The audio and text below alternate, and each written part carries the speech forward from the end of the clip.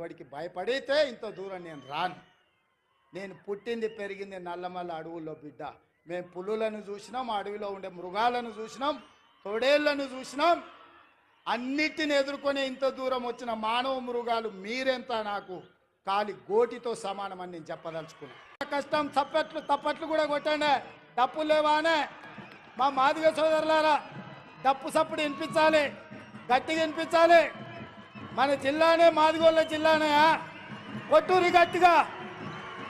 గుంపు మేస్త్రీలు భార్య భర్తల్ని మేటీలుగా పెట్టుకొని తీసుకెళ్లి బొంబాయికి వలస తీసుకుపోతుంటే 6 నెలల పసిబిడ్డల్ని కూడా తల్లిదండ్రుల దగ్గర వదిలేసి జంటలుగా వలసలు పోతున్న వాళ్ళ కన్నీళ్లను నేను కళ్ళతో చూసిన.